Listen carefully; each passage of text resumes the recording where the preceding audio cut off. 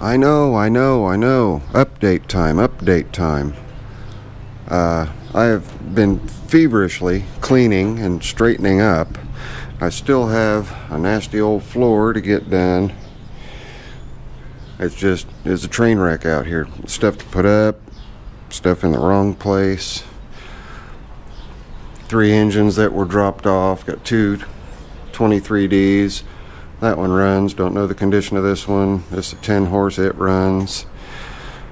In addition to having these 3 dropped off, my buddy Muggsy also gave me 2 steel trimmers, an FS55R and an FS45. The FS45 started right up. The 55R needs a little work. It runs just on primer. So, and then this neat little Honda 4-cycle tiller, little Harmony FG100, and it runs, but it has a cracked primer bulb. Really quiet. The old GL is slowly starting to donate parts, but I haven't been working on anything, so I came out and I pulled the taillight off because it had turn signals on it to throw them on Willie out there so that it would be legal. So it's all legal and ready to ride. I mean, I've got, and there's another 10 horse engine sitting there. I've just total and complete and utter horrible winter, as you guys know from the lack of videos. What have I got back here? An FS50R.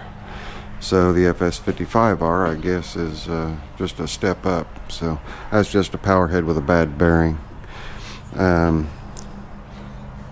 Not today, because I've been out here wearing myself out, but I've got changed that bar out on there. That's about a 15-minute job. Troubleshoot the charging on this. The last 2 things that need to be done. Figure out, if the regulator rectifier went bad or what's going on. I've got to see if I've got AC charge coming out of it so that I can put DC, get the rectifier taken care of so that it'll charge the battery, because right now it's not. Got the front needle bearings and washers to put on here. They are sitting in the back there in the weight box. Put the starter generator on. Finish up the list, which is more or less just checking the hoses. Hoses are cracked, is that okay? As long as everything works, the inner linings are not collapsed, so keep using them.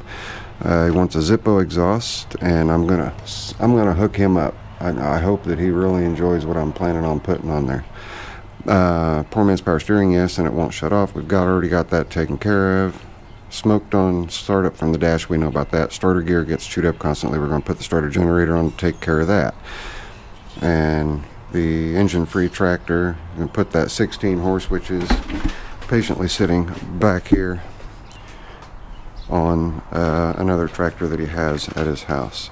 I mean, everything's just a train wreck out here. Thanks to my electric lift, I was able to boom set those there.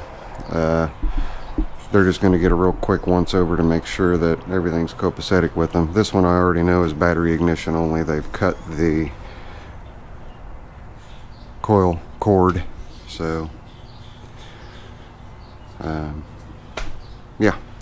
I just wanted to give you guys a quick update, let you know what is happening out here. And yes, that is my stack of plates from the winter that have to go up. There's 30 some plates there. So that's gonna finish up over here.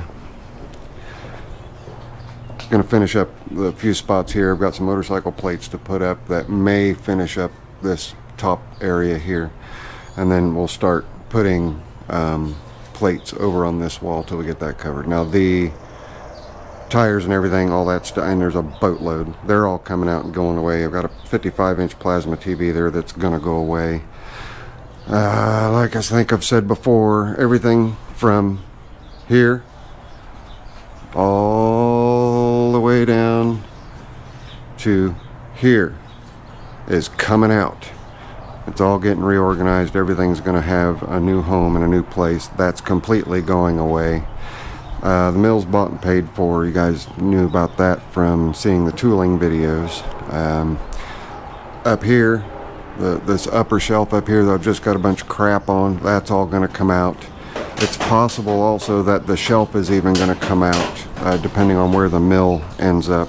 I may be able to keep the shelf there. We will see. Hopefully I can, so I can still stash some stuff up there. What else? Oh, you guys see here, if you happen to have any old unusual bottle openers, or just bottle openers in general, it's obvious Zippo collects bottle openers. There's quite a few up there now, and I've got a few to put up. And of course you guys already know about that I collect Zippo lighters. I'm doing real good on my smoking, down to one about every 3 or 4 hours, and even less when I'm busy and when I'm with Lisa. Also, just to quell any speculation, Lisa is not the cause for me not getting out to the shop, guys. I only see Lisa more or less on the weekends. I see her for just a real short time in the evenings, once maybe twice a week. But you know, I've got my entire week at my disposal. It's just been a rough trip.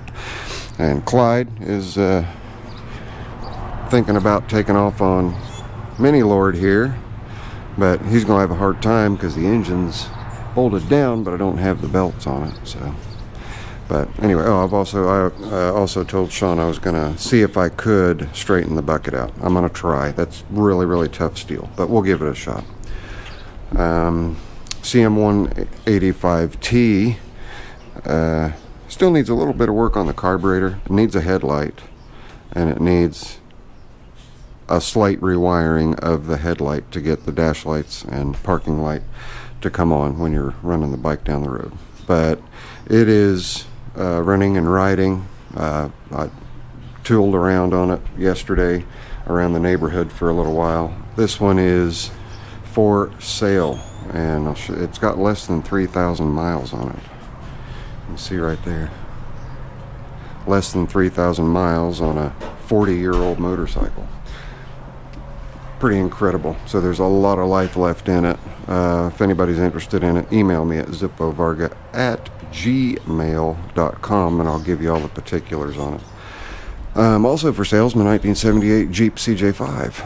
It needs it starts, runs, rides, drives, stops, does everything it's supposed to do, but it leaks from about every orifice that is known to man. So I have 1, 2,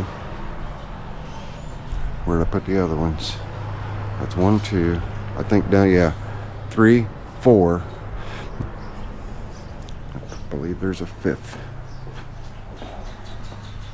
5 chainsaws that I have to change all the fuel lines out on. I have the 2 King Midgets in the trailer. They have to be done by before May 10th, as their Mama Sue is going on a King Midget get-together thing. So that pretty well catches you guys up. It really sucks that this winter has been such a booger on me.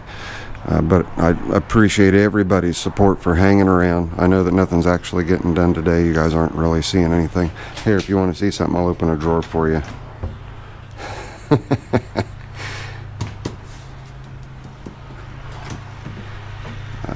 Some metric taps in there. Just everything's starting to turn into a catch-all, and I don't like it. So time to bite the bullet and just get moving. Just get myself in gear and get things done. Absolutely have to get things done.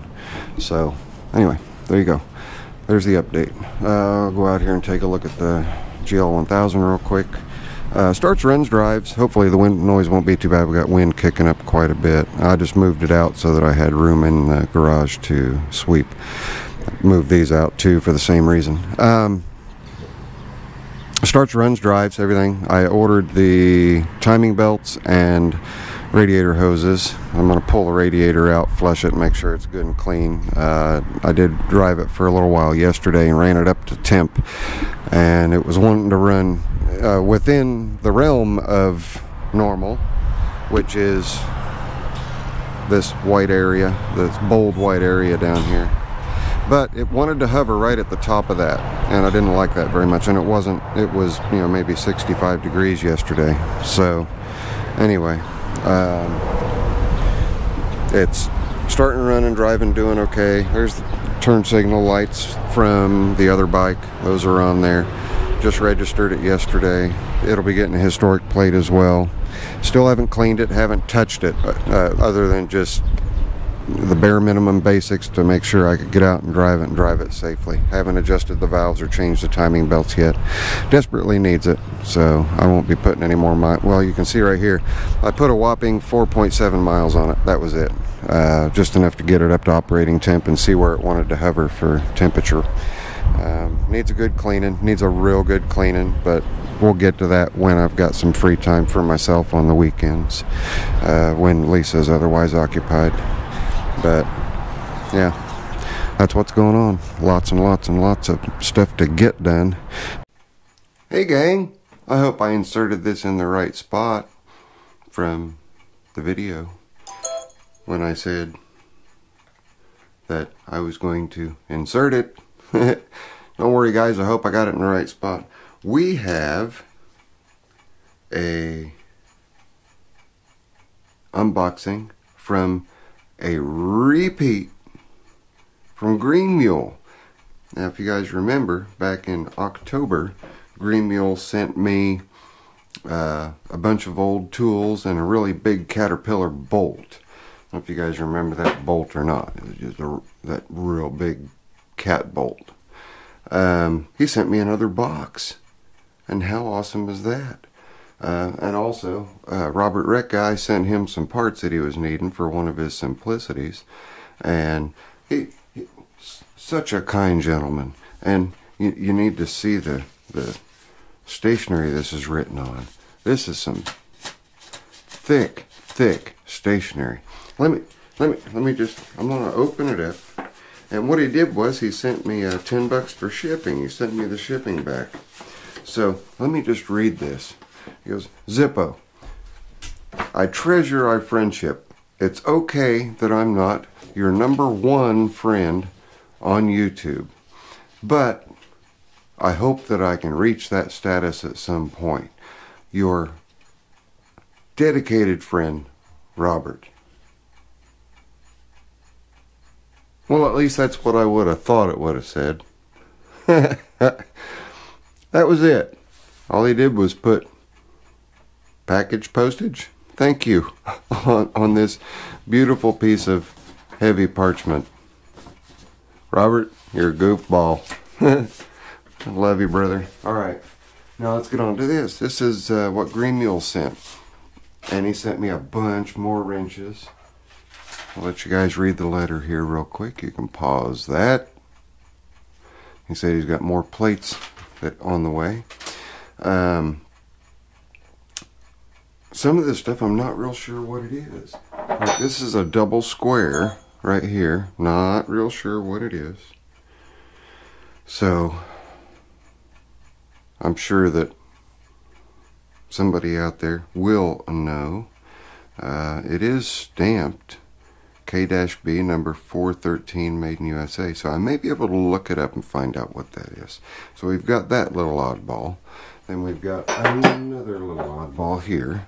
And it's, you know, I'm assuming it was for made for a purpose. And it looks like it's been used as a hammer a couple times, which that makes sense because that's what it looks like. So we've got a 1/2 inch here. And I see no markings on what size that is. And we look here, we've got 5/8. I can only assume that's also a 5/8. Then we have a 5/8 here, where I assume you just, whatever you get you loose, you can just twist it. So I'm guessing that was a tool that came with a piece of machinery. So it is a Duro metal product 633. We'll look that up as well. And as you can see, we've got a plethora of different wrenches. This one looks like it's been put through the ringer a bit. That almost looks like an old, like a like a European lug wrench or something like that. But it is stamped Fairmount, made in USA, and it is number 288A. Something else that I can look up. And maybe that curve is the way it's supposed to be. Who knows? We will see. And a really nice, and it's been stamped by the previous owner, a really nice improved Stilson. You can see right there, improved Stilson 10-inch pipe wrench. And I really like old pipe wrenches. I've got a bunch of them, so that's going to go really good in the collection. Then a variety of box and open end wrenches. And they sent me an old Crosby hook. And it looks like he has gone through and either sandblasted or, I mean, he's cleaned all these. They're all just wonderful. But this may go real good on the lift, because this throat is a little bigger and deeper than the one that I've got on there now. And we've got a ring with a lockdown nut, and I'm certain that I will find a good use for that.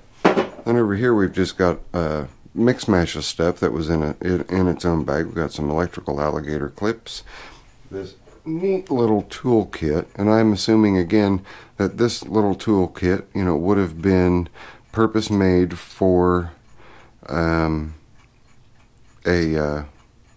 specific application, and there is a patent number, so I can search the patent and find out exactly what that was for.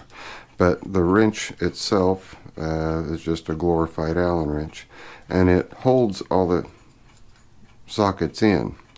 You can remove it just by lifting here and pull it out, and then all the sockets can come out. But what's interesting, if you look, the back of the socket right there, you know, is right for the Allen wrench. But you look inside, and it's stamped like a star. I don't know if you guys can see that, but it's a neat little tool kit, and I like unique and obscure sets like that. I've got a few of these, and these were often used in industrial applications for quickly loosening things. You know, we've got a 1/2 inch here. They usually make these 1/2 inch, 3/8 and 1/4 inch. But this one is also a Fairmount, made in USA. And I don't see a number stamped in it, so we may have a little bit of trouble locating what exactly it is. Let's get back over here. Then we've got a that'll go in the parts cleaner, brush, some Teflon tape, some earplugs, and I'm always using zip ties. So, Mr. Mule, Mr. Mule, Mr. Mule. Again, for the second time, you've knocked it out of the park. This is a 7-minute unboxing. We're going to end it. We'll catch you guys on the rest of the intended video. To get done, and only one me. So, turn the mic around. You guys saw the unboxing from Mr. Green Mule. He delivered again with a box full of awesome goodies. So, in fact, I think I still have his wrenches that he sent the first time sitting here. I'm trying to figure out a project for him. I've got something in my head. We'll see. I'm gonna maybe do a daring thing, a musty one thing. Just a little weld together stick figure mechanic or something like that. But anyway, that rounds it out. I didn't turn the microphone around, so I'm talking louder. Hopefully you can hear me just fine. Friendly Neighborhood Zippo. If you like the update, give me a thumbs up. Again, I'm sorry that nothing got done in this video. They're coming. I promise you they're coming very soon. Thanks for stopping by. We will catch you on the next one. Thumbs up, please. Later. I'm out of here.